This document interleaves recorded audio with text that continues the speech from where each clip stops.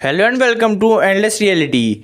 तो ये बात है 15 फरवरी 2013 की, जब चेलियाबिंस्क रसिया के एटमॉस्फेयर में एक आईफिल टावर से भी भारी एस्ट्रॉयड ने एंट्री ली और ज़मीन से 30 किलोमीटर ऊपर वो एक्सप्लोड हो गया। ये इवेंट इतना वायलेंट था कि एक्सप्लोजन सूरज से भी ज़्यादा ल्यूमिनस था, पर इतनी ऊपर एक्सप्लोजन के 90 सेकंड तक भी पूरा माहौल शांत था। ये वो वाली शांति थी जो तूफान के आने से पहले होती है, क्योंकि इस शांति ने तबाही को और भी ज़्यादा घातक बना दिया था। तो आप इन वीडियोस में देख रहे हो कि कैसे लोग इस इवेंट को देख के फैसिनेट और एक्साइटेड हो रहे थे, और जैसे ही उनको लगा कि अब सब ठीक है, कुछ नहीं होगा अब, तभी एक पावरफुल शॉकवेव हिट करती है और खिड़कियों को तोड़ देती है, और हजारों लोगों के मुंह और आंखों में खिड़कियों के कांच घुस जाते हैं, क्योंकि वो सब खिड़कियों से उस इवेंट को देख रहे थे।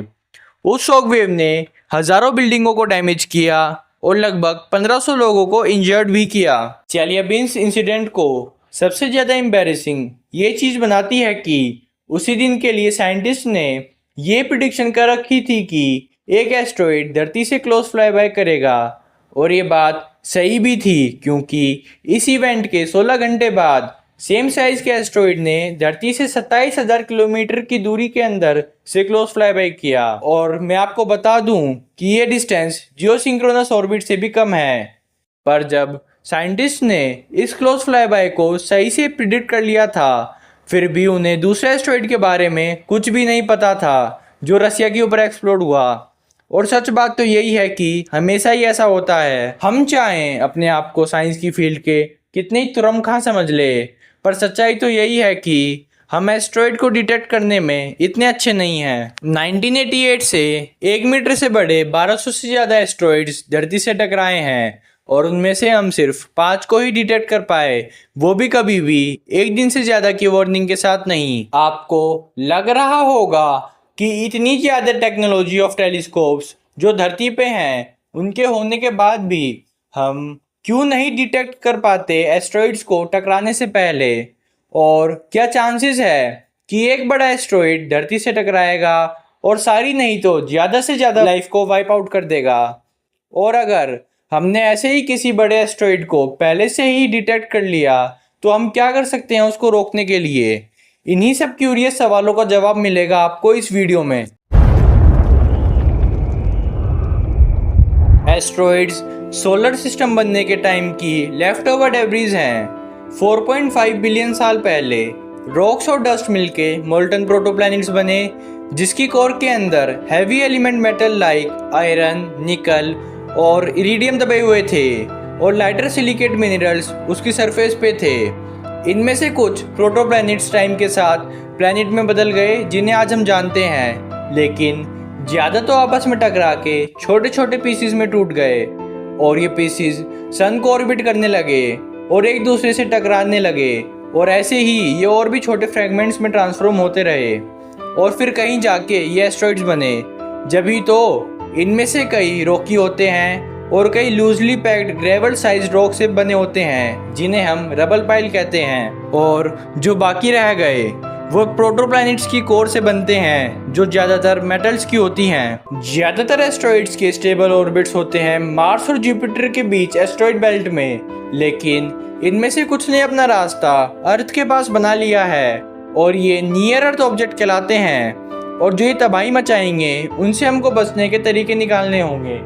अपनी लास्ट बुक में स्टीफन हॉकिंग ने यह कहा था कि an asteroid impact is the greatest threat to the life on Earth, but finding asteroids is difficult for several reasons. ज़्यादातर तो ग्राउंड बेस्ड टेलीस्कोप से ढूंढे जाते हैं। इनमें आप क्या करते हो कि कई सारी पिक्चर्स ले लेते हो, और फिर इन पिक्चर्स को साथ में रख के मूविंग डॉट देखते हो, और ये मूव कर रही होती हैं क्योंकि ये सन के चारों ओर चक्कर लगा रही होती हैं, जबकि उन पिक्चर्स में जो स्टार्स और गैलेक्सीज हैं वो सन के अराउंड रिवॉल्व नहीं करती, इसलिए वो स्टेशनरी दिखाई देती है। लेकिन तुम्हें ध्यान से देखना होगा इन पिक्चर्स को मूविंग डॉट पहचानने के लिए। एस्ट्रॉइड्स ज़्यादा बड़े नहीं होते, वो सिर्फ कुछ मीटर से कुछ किलोमीटर्स तक ही रेंज करते हैं, जो कि यूनिवर्स के मुकाबले कुछ भी नहीं है। लेकिन छोटे साइज के एस्ट्रॉइड्स भी नुकसान पहुंचा सकते हैं। चेलियाबिंस्क मीटियोर सिर्फ 20 मीटर की डायमीटर का था, रफली 2 स्कूल बस की चौड़ाई जितना। एस्ट्रॉइड्स रफ और डार्क होते हैं। ये सिर्फ 15% लाइट को रिफ्लेक्ट करते हैं जो इन पे हिट करती है।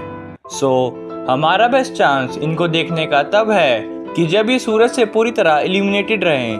That's why 85% near earth asteroids जो हमने डिटेक्ट किए हैं वो हमने आसमान के 45 डिग्री पर किए हैं, जो सन के डायरेक्टली अपोजिट है, और इसे हम अपोजिशन इफेक्ट कहते हैं। और इसका मतलब है कि यहाँ पे और भी ज़्यादा नियर अर्थ एस्ट्रॉइड्स हैं जो हमने अभी तक डिटेक्ट नहीं किए, जो कि आगे जाके बहुत बड़ी लाइफ एक्सटेंशन का भी कारण बन सकते हैं। कोई भी एस्ट्रॉइड जो सन की डायरेक्शन से आ रहा हो उसको तो हम डिटेक्ट कर ही नहीं सकते, अभी की टेक्नोलॉजी से तो बिल्कुल भी नहीं।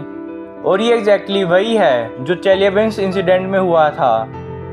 अभी तक हमने मिलियंस ऑफ एस्ट्रॉइड्स डिटेक्ट किए हैं, जिनमें से मेजॉरिटी के एस्ट्रॉइड्स एस्ट्रॉइड बेल्ट में हैं, पर उनमें से 24,000 नियर अर्थ एस्ट्रॉइड्स हैं।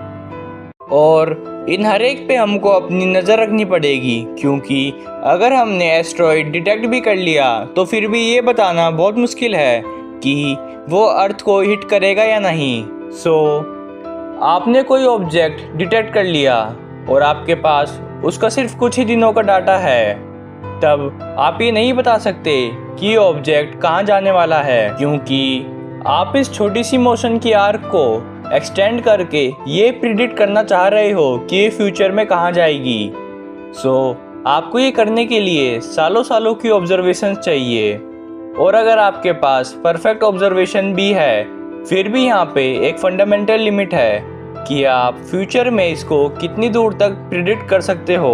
और ऐसा कपल ऑफ इफेक्ट्स की वजह से होता है, और उनमें से एक ये है कि आपको ये तो पता ही होगा कि एस्ट्रॉइड्स जब सन के अराउंड रिवॉल्व करते हैं तो उन पे सिर्फ अकेले सन की ही इन्फ्लुएंस नहीं होती, सारे प्लैनेट्स के पास अपनी अपनी ग्रेविटी तो होती ही है, और ये सारे प्लैनेट्स नियर अर्थ एस्ट्रॉइड्स को अपने पास खींच रहे होते हैं, जो कि उनके ऑर्बिट को सिग्निफिकेंटली चेंज कर सकता है।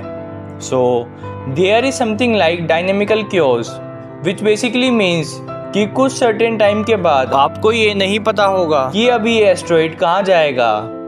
अभी की टेक्नोलॉजी के हिसाब से हम मैक्सिमम 100 साल तक प्रिडिक्ट कर सकते हैं, और ये इम्पोर्टेंट है क्योंकि अगर इनमें से किसी एक ने भी अर्थ को हिट किया तो रिजल्ट बहुत ड्रामेटिक होंगे। तो चलो बाकी की चीज़ें अगले पार्ट के लिए छोड़ते हैं, नहीं तो ये वीडियो बहुत लंबी हो जाएगी।